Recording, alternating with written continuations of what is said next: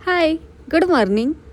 तर आज मी मॉर्निंगला मस्त असा कडक चहा घेतला, कारण सकाळी सकाळी चहा आणि त्यात थंडी खूप मस्त चहा लागतं. चहा आणि थंडीचं कॉम्बिनेशन खरंच खूप मस्त आहे.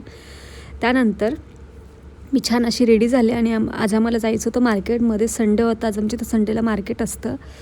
तर मग मी गेलेली मस्त आणि मला काही भाजीपाला घ्यायचा होता. कांदे वगैरे माझे संपलेले आणि खरं सांगते आज आम्ही 100 किलो कांदे घेतले, कारण कांदे पण स्वस्त होते. मग येत आता पाणीपुरी खाल्ली आणि आम्ही आमूसाठी पण पाणीपुरी घेऊन आलेलो.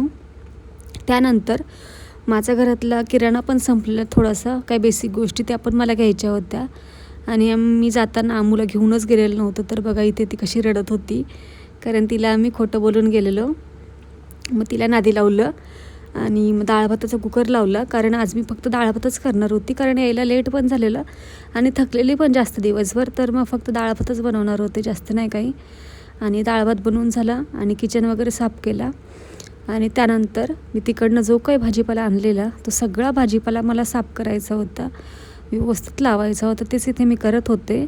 आणि मी जेवढे कांदे आणलेले ना, माझ्याकडे खरं सांगते कांदे बटाटे ठेवायला ना ट्रेच नाही आहे. मेन म्हणजे घेईल मी लवकरच ट्रे घेईल कांदे बटाट्याचा. सो मी एवढा सारा भाजीपाला आणलेला आणि तिकडनं आले, स्वयंपाक वगैरे केला आणि आम्ही बघा अख्खा पावडरचा डबा नुसतं त्याच्या चेहऱ्यावरती उतून आली होती. मला बोलते, बघ मामी मी कशी दिसते. म्हटलं वा छान दिसते आहे तू.